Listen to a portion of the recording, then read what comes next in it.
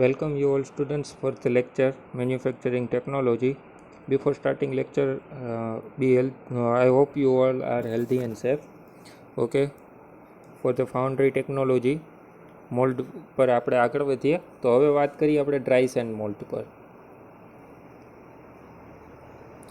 શું છે dry send mould? તો આ these are the molds which are completely dry in over before the pouring કર્યા પહેલાં, pouring એટલે કે મોલ્ટન મેટલનું pouring કર્યા પહેલાં આ જે મોલ્ડ છે એ કમ્પ્લીટલી ડ્રાય કન્ડિશનમાં હોય છે. They are made with highly coarse molding sand mixed with binder and little excess water.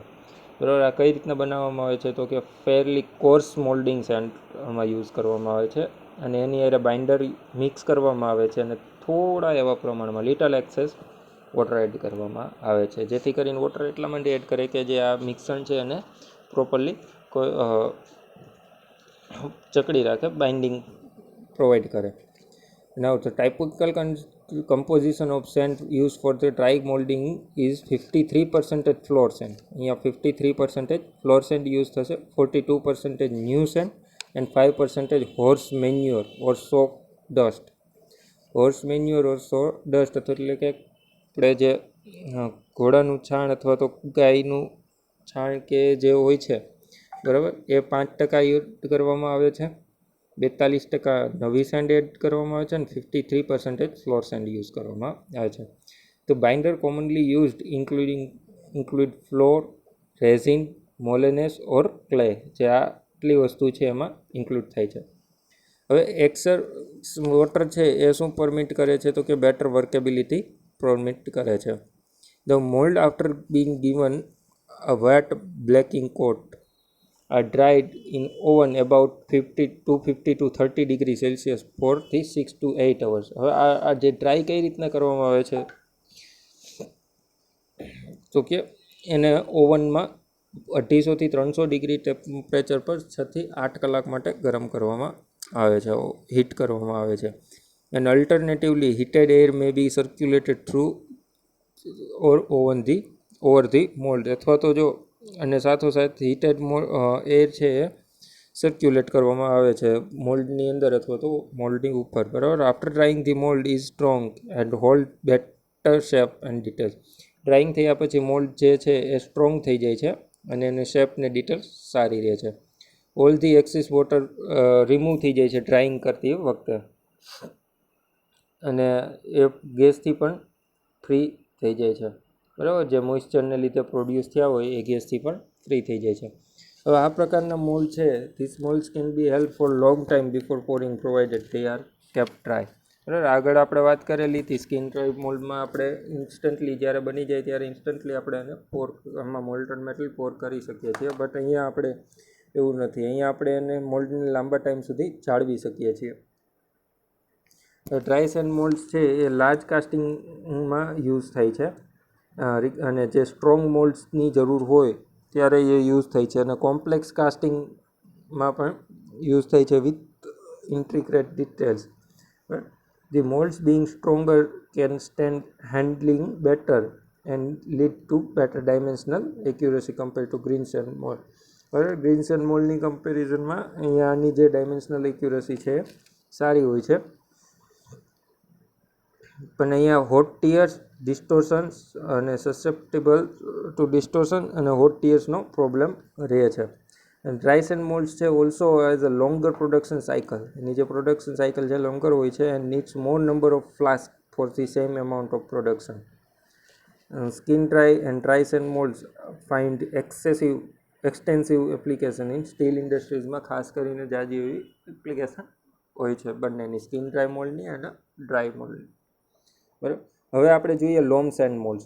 તો લોમ સેન્ડ મોલ્ડ્સ છે એ બિલ્ટઅપ થાય છે અનબર્ન્ટ બ્રિક્સથી અથવા તો લાર્જ કાસ્ટ આયર્ન પાર્ટ્સ માટે એન્ડ પ્લાસ્ટર્ડ વિથ ધી થિક લોમ મોર્ટરની હારે પ્લાસ્ટરની હારે થિક લોમ મોર્ટરનો યુઝ થાય છે. હવે લોમ મોર્ટર છે એ used in conventional dry sand mixed with excess clay almost 40 to 50% moulded to the consistency of binder's mortar. This sand is use for binding and facing of the mould. આ કેના માટે? તો કે building and facing of the mould માટે use થાય છે. Chopped straw may be added for the strength during facing. હવે facing દરમિયાન સ્ટ્રેન્થ લઈ આવવા માટે ચોપ્ડ સ્ટ્રો પણ એમાં કદાચ એડ કરવામાં આવે છે. And cow dung added to enhance workability and increase the porosity. Porosity અને વર્કેબિલિટી ઇન્ક્રીઝ કરવા માટે કાઉ ડંગ યુઝ કરવામાં આવે છે. કાઉ ડંગ એટલે કે ગાયનું છાણ. બરાબર. Moulds are shaped by using part full patterns, sweep and skeletons. અને જે શેપ કેના આપવામાં આવે છે? ફૂલ પેટર્ન્સથી, સ્વીપથી અથવા તો સ્કેલ્ટન્સથી એનો જે પ્રોડક્ટનો શેપ લેવામાં આવે છે. This moulds are thoroughly dried before the pouring. Pouring કર્યા પહેલાં કેવી હોય છે? કમ્પ્લીટલી ડ્રાય કન્ડિશનમાં હોય છે. લોમ મોલ્ડિંગ ઇઝ ટાઈમ કન્ઝ્યુમિંગ. બરાબર. આ જે છે એ ઇન્સ્ટન્ટલી નથી, આ જે બનાવતી વખતે ટાઈમ કન્ઝ્યુમ કરે છે. એઝ સચ method is use four producing very large casting in the small number of products for which box tackle and pattern equipment are not available and are too unconventional to make. બરાબર. આ જે છે એ કહેવા માટે તો કે heavy large metals, large parts હોય છે. બરાબર. અને એનું નંબર ઓફ પ્રોડક્શન ઓછું હોય છે, લો વોલ્યુમ પ્રોડ્યુસ કરવાના હોય અને સાઇઝ વધારે હોય, તો એવા પાર્ટ માટે આપણે લોમ્સ એન્ડ મોલ્ડ્સ યુઝ કરીએ છીએ. રિપીટેડ અને સ્મોલ સાઇઝ અને હાઈ વોલ્યુમ પ્રોડક્શન માટે આપણે લોમ્સ એન્ડ મોલ્ડ્સ યુઝ કરતા નથી. જેમ કે લાર્જ સિલિન્ડર છે, હેવી બેલ્સ છે. હેવી બેલ્સ જે મંદિરની અંદર આપણે મોટા મંદિરની અંદર મોટા જે ઘંટ હોય છે, બરાબર, એ કેમિકલ પ્લાન્ટ્સ હોય છે.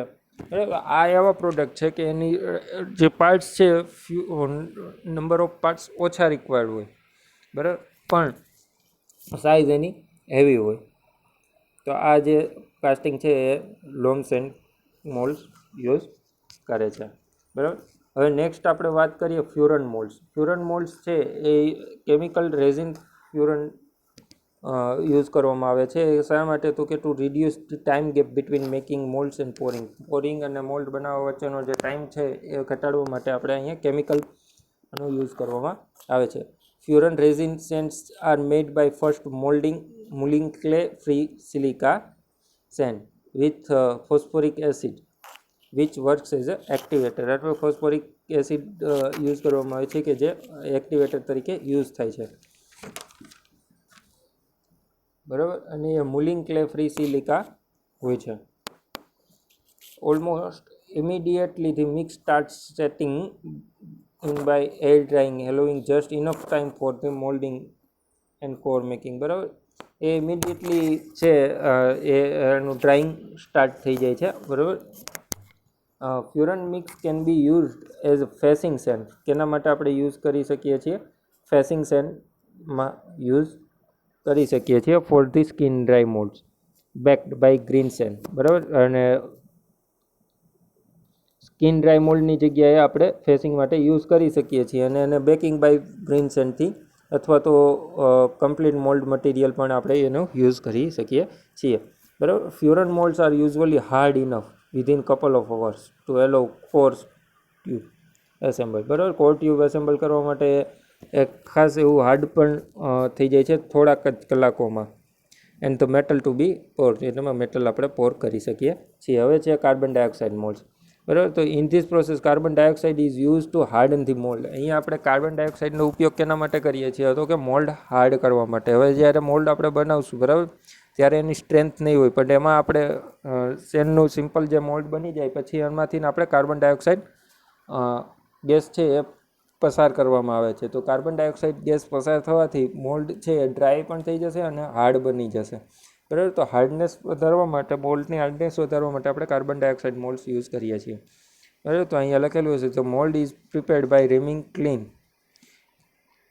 Send mix with sodium silicate around the pattern. પેટર્નની અરાઉન્ડમાં સોડિયમ સિલિકેટ અને ક્લીન સેન્ડ મિક્સ કરવામાં આવે છે અને એને પછી રેમિંગ કરવામાં આવે છે. પછી એના ઉપરથી કાર્બન ડાયોક્સાઇડ ગેસ છે એ પ્રેશરાઇઝ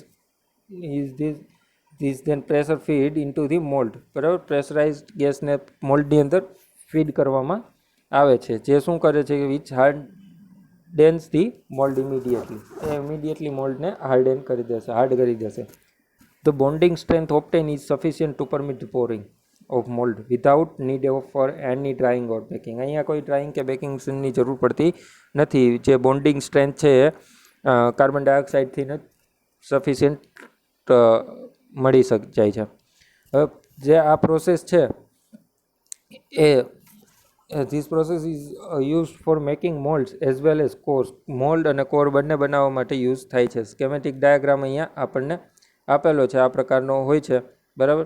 આ સપોઝ કોર માટે આપેલો છે, બરાબર. પ્રોસેસ બંનેમાં કાર્બન ડાયોક્સાઇડ એડ કરવાની સેમ જ રહેશે, કોર હોય કે મોલ્ડ હોય, બરાબર. અહીંયા કોર માટે આપેલું તો કોર બોક્સ છે, અંદર કોર છે, બરાબર. અહીંયા સીલ કરેલા છે અને એની અંદરથી આપણે કાર્બન ડાયોક્સાઇડ ગેસ પસાર કરવામાં આવે છે. જ્યારે કાર્બન ડાયોક્સાઇડ ગેસ પસાર થશે એટલે એની હાર્ડનેસ પકડી લેશે.